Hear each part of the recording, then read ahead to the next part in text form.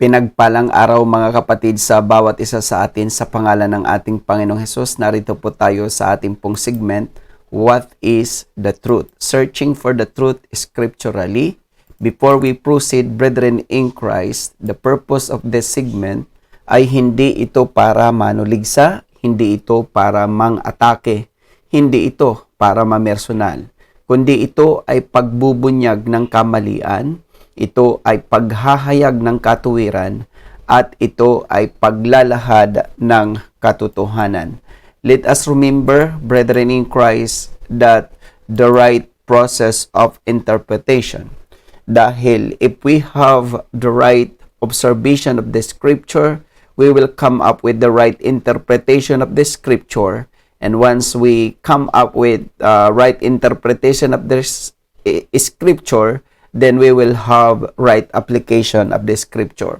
Napakahalaga ho na tama ang ating obserbasyon para tama ang ating interpretasyon at para tama ang ating application, brethren in Christ. Our segment for today is about exposing LDS or Mormons erroneous teaching about baptism for the dead, pagpapabautismo para sa patay. Let us watch the video, brethren in Christ.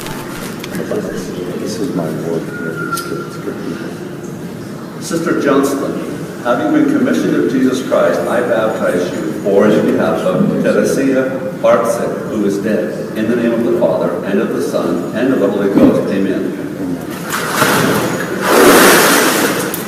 Sister Johnston, having been commissioned of Jesus Christ, I baptize you for and in behalf of Anna Nemeth, who is dead, in the name of the Father, and of the Son, and of the Holy Ghost. Amen. Sister Johnston, having been commissioned of Jesus Christ, I baptize you for and in behalf of Elizabetha Mesaros, who is dead, in the name of the Father, and of the Son, and of the Holy Ghost. Amen. Sister Johnston, having been commissioned of Jesus Christ, I baptize you for and in behalf of Elizabeth Senogradi, who is dead, in the name of the Father, and of the Son, and of the Holy Ghost. Amen. Sister Johnston, having been commissioned of Jesus Christ, I baptize you for and in behalf of Elizabeth Bereseni, who is dead, in the name of the Father, and of the Son, and of the Holy Ghost. Amen.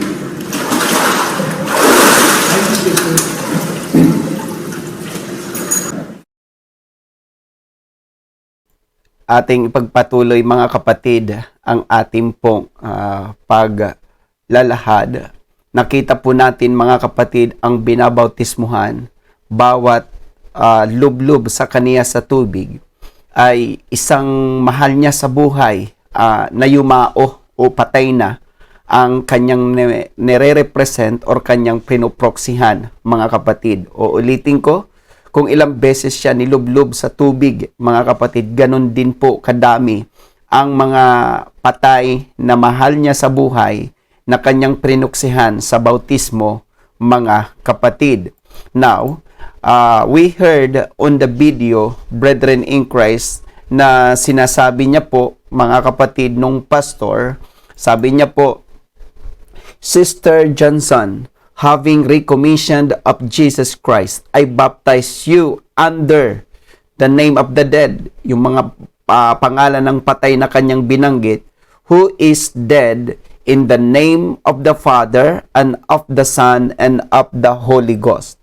So, yun po mga kapatid, ang ulit-ulit na sinasabi ng pastor every time na kanyang ini-immerse ang person na nag-proxy para sa isang namatay mga kapatid. Now, what is the truth, brethren in Christ? Remember, sa ating pong basic rules of interpretation, the rule of divine authority, the rule of literal interpretation, the rule of contextual consideration, the rule of first mention, the rule of repetition, and the rule of cumulative revelation. So here, brethren in Christ, we will focus on the rule of divine authority and the rule of cumulative revelation.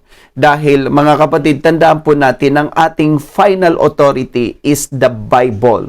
Kapag wala po ito sa Biblia, we should not practice it, we should not apply it, and we should not believe it, brethren in Christ. If ever na meron pong single verse na binabanggit ang Bible, it doesn't mean na ito po ay pwede na pong maging basis ng ating mga doctrines, brethren in Christ, dahil may tinatawag nga po na cumulative revelation na kailangan sinusuportahan ito ng other writings, other books, and other authors of the Bible.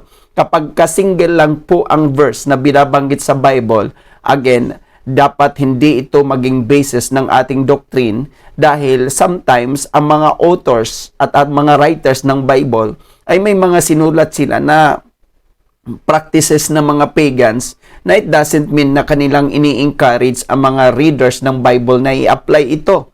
May mga binabanggit lamang po sila for us to understand sa lugar na kanilang pinapangaralan ng salita ng Diyos, brethren in Christ. Mayroon pong single verse sa Bible na nagbabanggit tungkol po sa baptism for the dead, brethren in Christ. Babasa po natin sa 1 Corinthians 15:29. Basahin po natin sa Amplified Version. Otherwise, what do people mean by being themselves baptized in behalf of the dead? If the dead are not raised at all, why are people baptized for them? So here naman mga kapatid, mababasa sa Bible na mayroon pong baptism in behalf for the dead. Kumbaga sa terminology natin ay proxy, brethren in Christ. But nowhere in the Bible na mayroon pa ho kayong mababasa mga talatang susuporta dito. Ito po ay isolated verse, single verse, brethren in Christ. And again, hindi po ito pwedeng maging basis ng isang doktrina. And why Paul mentioned this, brethren in Christ, sa kanyang epistle sa mga mananampalataya sa Corinto. Ito po, mga kapatid, ang ating pagsasaliksik sa background. Paul here was refuting the religious leaders of not believing the resurrection of the dead by comparing their belief by baptizing the dead on their behalf for the forgiveness of sins and salvation. You heard it right. Let me repeat. Paul here was refuting the religious leaders of not believing the resurrection of the dead by comparing their belief by baptizing the dead on their behalf for the forgiveness of sins and salvation.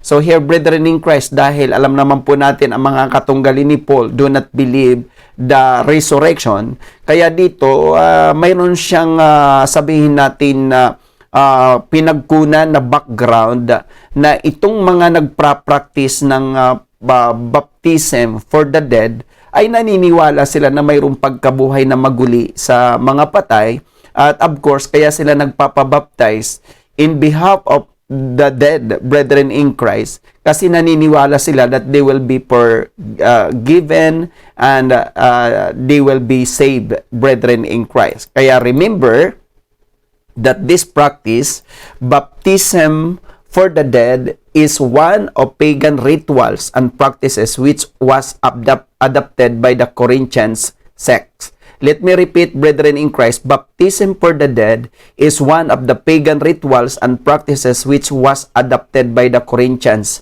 sect. So, ito po pala ay paganong rituals at saka practices na kinopya lang, mga kapatid, ng mga sikta na nasa Corinto.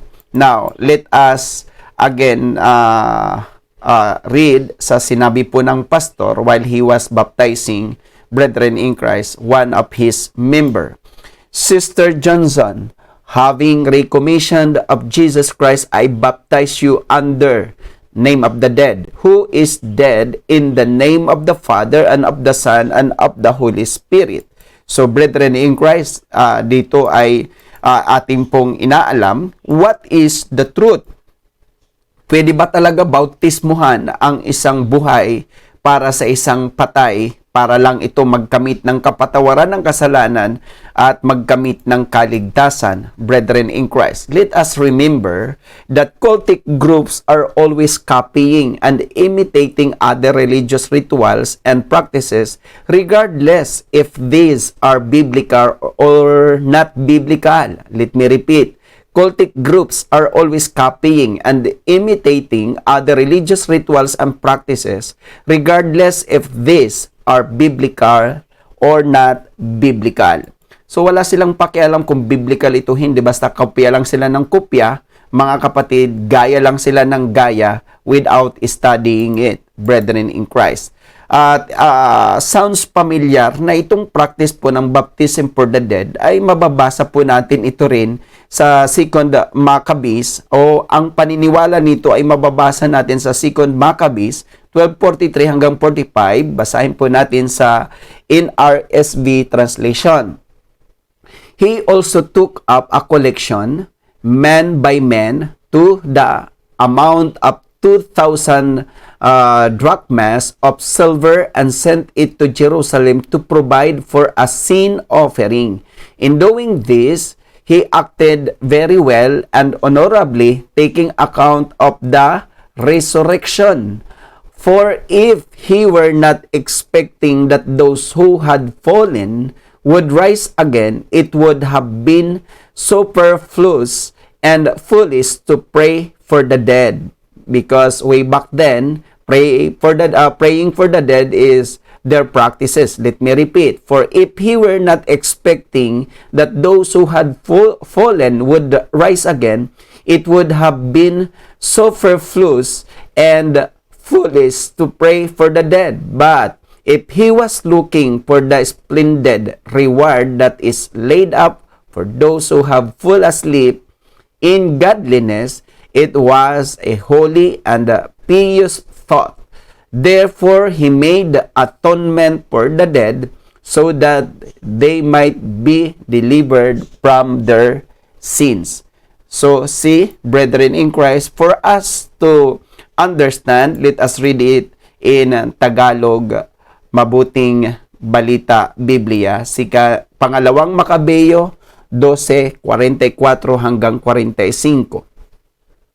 Napalikom siya ng mga kaloob na umabot sa halagang 4 na librang pilak at ipinadala ito sa Jerusalem upang ihandog na pantubos sa kasalanan. Ginawa ito ni Judas sapagkat naniniwala siya sa muling pagkabuhay ng mga patay. Kung hindi siya umasa na ang mga patay ay muling mabubuhay, magiging kahangalan lamang ang ipanalangin pa ang mga namatay na. Let me repeat. Magiging kahangalan lamang ang mga ipinalangin. Let me repeat. Magiging kahangalan lamang ang ipanalangin pa ang mga namatay na. Dahil buo ang kanyang paniniwala na ang lahat ng namamatay na nananatiling makadiyos ay tatanggap ng dakilang gantimpala. Ginawa niya ang paghahandog na iyon upang ang pagkakasala ng mga namatay na ito ay patawarin. Let me repeat, ginawa niya ang paghahandog na iyon upang ang pagkakasala ng mga namatay na ito ay patawarin. So, here, brethren in Christ, mababasa natin sa 2 Maccabees, mga kapatid, na mayroon pong praying for the dead dahil they believe that once they pray for the dead, na ito rin po ang isa sa mga doktrina ng Roman Catholic Church, yung praying for the dead, this is very erroneous. Kaya mga kapatid, on behalf sa kanilang namatay na mahal sa buhay, mga kapatid, of course, they practice ng tinatawag po nating pagpapabautismo so that they may also receive salvation from the Lord. Now, let us look the background, brethren in Christ, about the book of 2 Maccabees. Remember that this book of 2 Maccabees is one of the 14 apocryphal or deuterocanonical books in the Old Testament, and these books did not passed the canonization of the scriptures.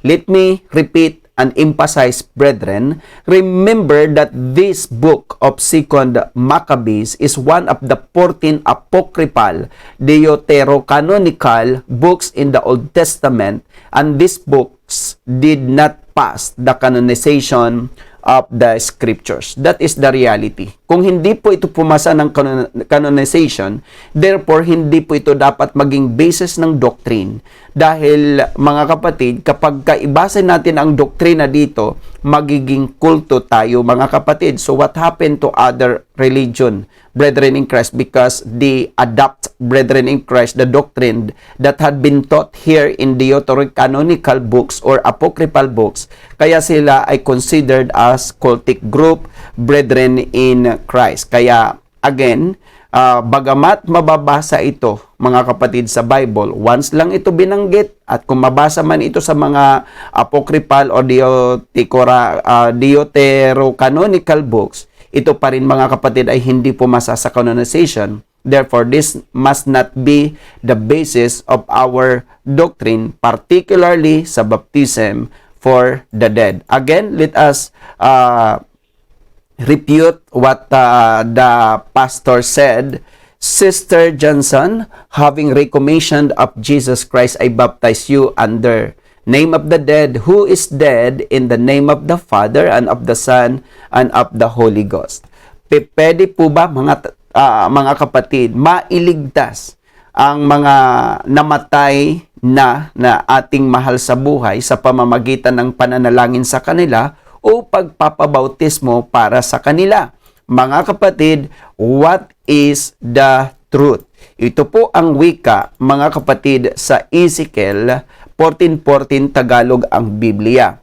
Bagaman ang tatlong lalaking ito na si Noe, si Daniel at si Job ay nangangdoon, ang kanila lamang ililigtas ay ang kanilang sariling mga kaluluwa sa pamamagitan ng kanilang katuwiran, sabi ng Panginoon. Let me repeat, ang kanila lamang ililigtas ay ang kanilang sariling mga kaluluwa sa pamamagitan ng kanilang katuwiran. So here, brethren in Christ, even though na famous character sila Noe, Daniel, and Job, ang kanila lamang iniligtas ay ang kanilang mga sarili, mga kapatid, dahil sa kanilang katuwiran na nagawa sa harapan ng Diyos. At dagdag pa po dito sa Ezekiel 14:20 Tagalog ang Biblia, bagamat si Noe, si Daniel at si Job ay nangandoon, buhay ako, sabi ng Panginoong Diyos.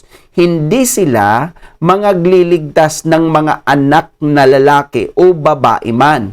Ang kanila lamang ililigtas ay ang kanilang sariling kaluluwa sa pamamagitan ng kanilang katuwiran. Let me repeat, hindi sila mangagliligtas ng mga anak na lalaki o babae man.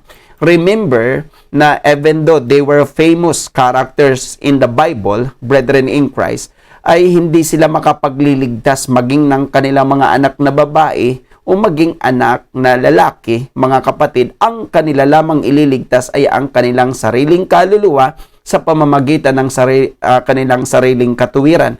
Therefore, ang salvation, brethren in Christ, ay individual. Pwedeng maligtas ang magulang na hindi maliligtas ang anak because they do not believe the Lord Jesus Christ. In vice versa, pwede din naman po maligtas ang mga anak na hindi maliligtas ang mga magulang because parents do not believe the Lord Jesus Christ. So, salvation is individual. Now, mga kapatid, sabi po ng Ezekiel 18:4, Tagalog ang Biblia, narito, lahat ng kaluluwa ay akin. Kung paano ang kaluluwa ng ama, gayon din ang kaluluwa ng anak ay akin.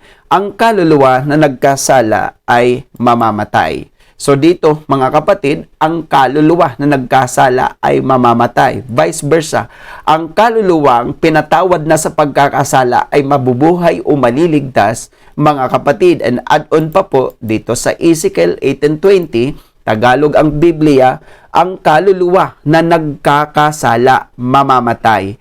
Ang anak ay hindi magdadanas ng kasamaan ng ama o magdadanas man ang ama ng kasamaan ng anak. Ang katuwiran ng matuwid ay sa kaniya at ang kasamaan ng masama ay sa kaniya. So napakaliwanag ang scripture na hindi pwedeng maging matuwid ang magulang dahil sa katuwiran ng anak. At hindi rin naman pwedeng maging matuwid ang anak dahil sa katuwiran ng magulang. And vice versa, hindi rin naman pwede mga kapatid maging masama ang anak dahil sa kasamaan ng magulang. Hindi rin pwedeng maging masama ang magulang dahil sa kasamaan ng anak. So kanya-kanya po ito ng katuwiran, mga kapatid. Subalit, isa lang ang malinaw, mga kapatid, na hindi pwedeng parusahan ang anak dahil sa kasalanan ng magulang, or vice versa, hindi pwedeng parusahan ang magulang dahil sa kasalanan ng anak. Ang paparusahan lamang kung sino po talaga ang nagkasala, at kung sila ay nabuhay na may katuwiran, sumampalataya sa ating Panginoon, sila din po ay magkakamit ng kaligtasan. Ngayon mga kapatid, kailan po talaga kailangan kumilala ang mga tao sa Panginoon? Kailan tayo mayroong pag-asa? Kapag tayo ba ay namatay, ay may pag-asa na? Ito po ang wika sa Ecclesiastes 9:4 Amplified Version. There is no exemption, but he who is joined to all the living has hope, for a living dog is better than a dead lion. So here, brethren in Christ, King Solomon tells us that to all the living has hope. Lahat ng may buhay, may pag-asa. So therefore, kapag ikaw ay namatay na, wala nang pag-asa, mga kapatid. Kaya habang tayo may pag-asa, ano po ang ating gagawin? Mga kapatid, ito naman po ang mungkahi ni Apostle Paul sa kanya pong epistle and letter sa 2 Corinthians. Ating mababasa sa Amplified Version, 2 Corinthians 6:2. For he says, in the time of favor of an assured welcome, I have listened to and heeded your call, and I have helped you on the day of deliverance, the day of salvation. Behold, now is truly the time for a gracious welcome and acceptance of you from God. Behold, now is the day of salvation. Let me repeat, behold, now is truly the time for a gracious welcome and acceptance of you from God. Behold, now is the day of salvation. So, Apostle Paul affirmed that while we are living, this is the day of our salvation. Kaya kung ikaw ay nakikinig ngayon and you do not yet receive the Lord Jesus Christ, it's your time to accept, to welcome, and receive our Lord Jesus Christ, because today is the day of your salvation. Kung gusto mong maligtas, gusto mong magkamit ng kaligtasan, sumunod kayo sa isang panalangin. Sabi natin, Panginoon, maraming salamat sa iyong kabutihan sa aking buhay. Binubuksan ko po ang aking puso at inaanyayahan kita na pumasok, maghari, ngayon at magpakailanman. Tinatanggap ko po ang buhay na walang hanggan na ipinagkakalob mo sa akin bilang libreng regalo sa akin. Salamat, Panginoon, sa buhay na walang hanggan. Itala niyo po ang aking pangalan sa aklat ng buhay. At mula ngayon, ipinagkakatiwala ko ang aking buhay sa inyong mga kamay. Ito ang aking panalangin sa pangalan ng Ama at ng Anak at ng Espiritu Santo. Amen. So, brethren in Christ, again, now is the day of your salvation. So, ano po ang ating paglalahad ng katotohanan? Salvation is individual. You can be saved while you live, not when you're dead. And now is the day of your salvation. Let me repeat, salvation is individual. You can be saved while you live, not when you're dead. Now is the day of your salvation. Brethren in Christ, I hope that once again, we're blessed with our segment, What is the Truth? At if ever na kayo po ay mayroong clarifying question, follow-up question, or other question, don't hesitate to comment your question para sa mga susunod po nating pagtatalakay ay bibigyan po natin ng kasagutan anuman ang inyong magiging katanungan hinggil sa banal na kasulatan. Muli mga kapatid, thank you for your time, thank you for listening, and thank you po for watching. May God bless us all.